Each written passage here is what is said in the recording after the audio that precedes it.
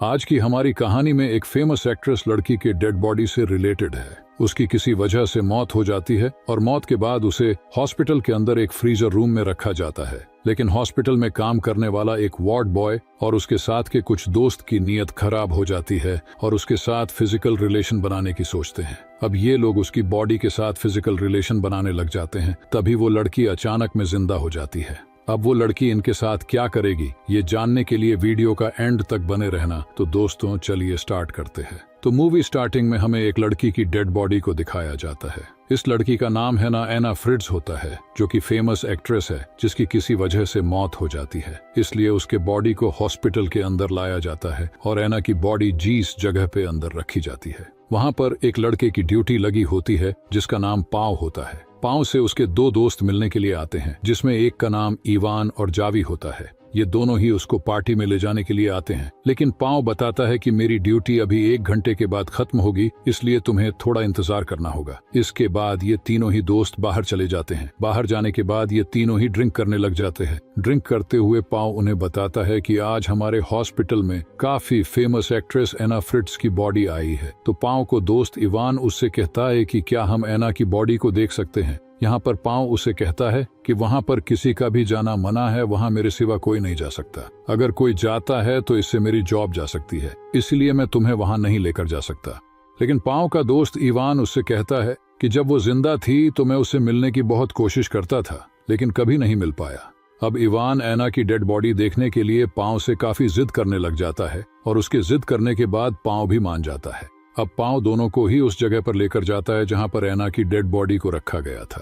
वो अपनी जॉब की परवाह न करते हुए इन दोनों को उस जगह पर लेकर पहुंच जाता है। इसके बाद पाव एक डेड बॉडी के पास जाके खड़ा हो जाता है और उनसे कहता है कि ये रही एना की बॉडी। जैसे ही वो उसके ऊपर से कपड़ा हटाता है, वहां पर एक बूढ़ी औरत की डेड बॉडी होती है। ये देखकर वो दोनों ही दोस्त डर जाते हैं। दरअसल पाव उन दोनों से ही मजाक कर रहा था। इसके बाद वो एना की बॉडी के पास जाता है और उसके चेहरे से धीरे से कपड़ा हटाता है। जब वो दोनों देखते हैं तो देखकर हैरान हो जाते हैं, क्योंकि एना काफी खूबसूरत थी। एना की खूबसूरती देखकर इवान की नीयत खराब हो जाती है। वो उसकी बॉडी से कपड़ा और नीचे खिसका देता है। इसके बाद वो एना की बॉडी के प्राइवेट पार्ट को टच करने लग जाता है। इवान का एना की बॉडी को टच करते हुए देख उसके दोनों ही दोस्तों को थोड़ा अजीब लगता है। इसके बाद इवान जावी से कहता है कि तुम्हें भी एना का शरीर टच करके देखना चाहिए। तब जावी भी एना के शरीर को टच करने लग जाता है, लेकिन उसको ये सब अच्छा नहीं लग रहा था और वो अपना हाथ हटा लेता है। लेकिन इवान की एना के शरीर को देखकर नीयत खराब हो चुकी थी और वो उसके साथ अब फिजिकल होना चाहता था और वो ये सब बात अपने दोनों दोस्तों को बताता है। तब जावी को ये सुनकर थोड़ा अजीब लगता है। वो उसे कहता है कि किसी की डेड बॉडी के साथ ये सब करना ठीक नहीं है। तब पाव उसे कहता है कि मैंने भी एक डेड बॉडी के साथ ऐसा ही किया था, इसमें कुछ गलत नहीं है, किसी को कुछ पता नहीं चलेगा। अब क्योंकि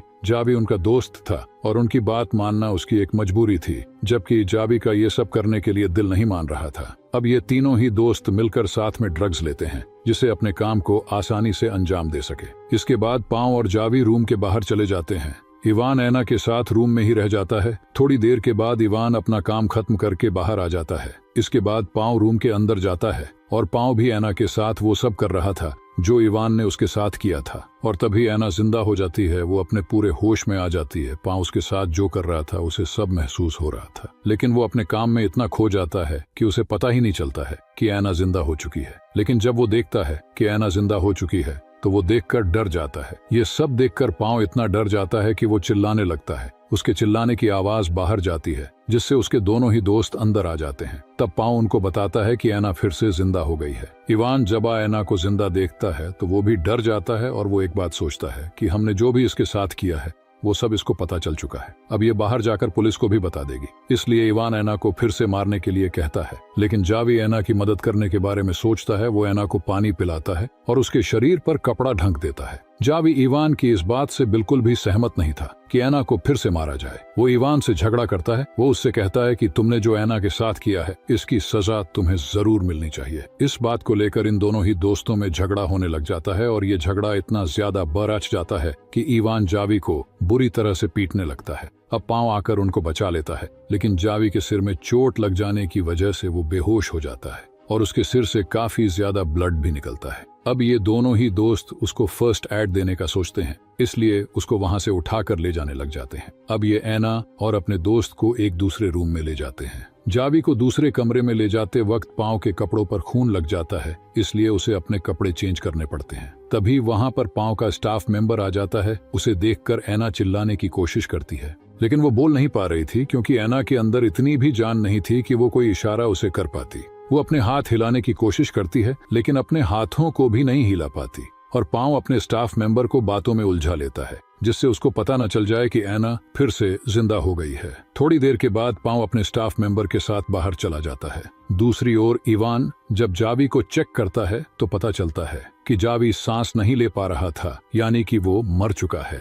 थोड़ी देर के बाद पांव भी रूम के अंदर आ जाता है। जब पांव को ये पता चलता है कि जावी मर चुका है तो उसे काफी बुरा लगता है। वो रोने लग जाता है क्योंकि उनकी एक गलती की वजह से उन्होंने अपने दोस्त को खो दिया है। यहाँ पर ये इवान पांव को समझाने लगता है। वो उससे कहता है कि ये सब जो हुआ इसमें हमारी कोई गलती नहीं है, ये सिर्फ एक एक्सीडेंट था। अब क्योंकि ऐना भी उनकी ये सारी बातें सुन रही थी, तब ऐना उनसे कहती है कि तुमने जो भी अपने दोस्त के साथ किया है या तुमने जो भी मेरे साथ किया है, ये सब मैं पुलिस को बता दूंगी, तुम्हें पुलिस छोड़ेगी नहीं। इसके बाद इवान पांव को लेकर बाहर आता है। पांव से कहता है कि पुलिस को अगर इस बारे में पता चल गया तो हमारी जिंदगी बर्बाद हो जाएगी और हम ऐसा कभी नहीं होने देंगे। इसके बाद इवान एक प्लान बनाता है। वो पांव से कहता है कि सबसे पहले हमें जावी की बॉडी को ठिकाने लगाना होगा, क्योंकि अगर बॉडी पुलिस के हाथ लग गई तो हम पकड़े जाएंगे और हमें ऐना को भी मारना होगा, क्योंकि अगर ऐना जिंदा रही तो उसकी वजह से भी हम फंस जाएंगे। अंदर ऐना अपने आप को बेड से नीचे गिराने की कोशिश करती है और वो अपने आप को नीचे गिरा लेती है। इसके बाद वो जावी की जेब से मोबाइल निकालकर किसी को कॉल करने की कोशिश करती है, लेकिन तभी इवान और पांव वहां पर आ जाते हैं और उसके हाथ से फोन छीन लेते हैं। इसके बाद इवान मोबाइल की कॉल हिस्ट्री चेक करके बताता है कि ऐना ने किसी को कॉल तो लगाई है, लेकिन उसकी बात नहीं हो पाई है। इसके बाद इवान और पांव ऐना को किसी दूसरे रूम में ले जाने लगते हैं।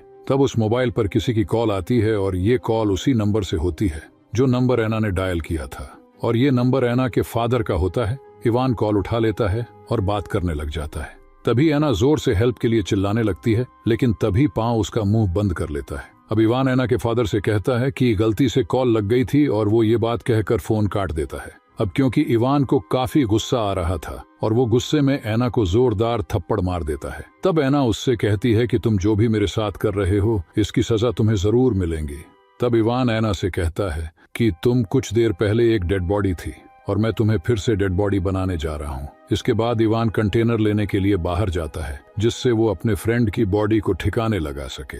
यहाँ पर पांव ऐना के पैर बांधने लग जाता है, जिससे वो ऐना को मार सके। अब ऐना पांव से कहती है कि मैं जानती हूँ कि तुम एक अच्छे इंसान हो, लेकिन तुम्हारा दोस्त बिल्कुल अच्छा इंसान नहीं है। तुमने मेरे साथ कुछ नहीं किया है। तुम्हारा दोस्त एक झूठा इंसान है और उसने ही तुम्हारे दूसरे दोस्त को भी मारा है। तब पांव उससे कहता है कि मैं जानता हूँ कि जावी को उसी ने मारा है, लेकिन ये सिर्फ एक एक्सीडेंट था। उससे जो भी हुआ ये सब अनजाने में हुआ था। तब ऐना उससे कहती है कि तब तो तुम्हें कुछ पता नहीं है। जब तुम अपने स्टाफ मेंबर के साथ बाहर गए थे तब उसने ही तुम्हारे दोस्त का गला घोंटकर उसे मारा है। ये बात सुनकर पांव सोच में पड़ जाता है, लेकिन फिर भी वो उसके मुंह पर टेप लगा देता है और इसके बाद वो वहां से बाहर चला जाता है। पांव के बाहर जाने पर ऐना अपने आप को खोलने में कामयाब हो जाती है और कमरे के अंदर से खिसकती हुई वो बाहर आ जाती है। जब इवान वहां पर पहुंचता है तो ऐना वहां नहीं होती है। अब ये बात जाकर पांव को बताता है। ये दोनों ही ऐना को ढूंढने लग जाते हैं। दूसरी तरफ ऐना खिसकते हुए लिफ्ट के पास पहुंच जाती है। ऐना लिफ्ट का दरवाजा बंद कर रही होती है, तभी इवान वहां पहुंच जाता है और वो फिर से ऐना को वो वापस ले आता है।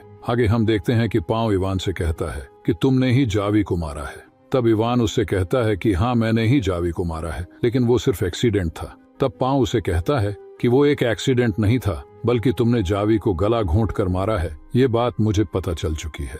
अब इवान पांव पर गुस्सा करता है और कहता है कि तुम्हें ये सब ऐना ने बताया है, वो ये सब झूठ बोल रही है, तुम्हें ऐना की बात पर यकीन नहीं करना चाहिए। इसके बाद इवान ऐना को मारने का प्लान बनाता है। वो एक कपड़ा लाता है और उसको पांव के हाथ में दे देता है। वो उससे कहता है कि तुम ये कपड़ा लगाकर ऐना की सांसें रोक दो, लेकिन वो कपड़ा वापस इवान को दे देता है और कहता है कि तुमने ही जावी को मारा है, इसलिए तुम ही अब ऐना को मारोगे। लेकिन इवान गुस्से में पांव के हाथ में कपड़ा देकर ऐना का दम घोंटने लग जाता है।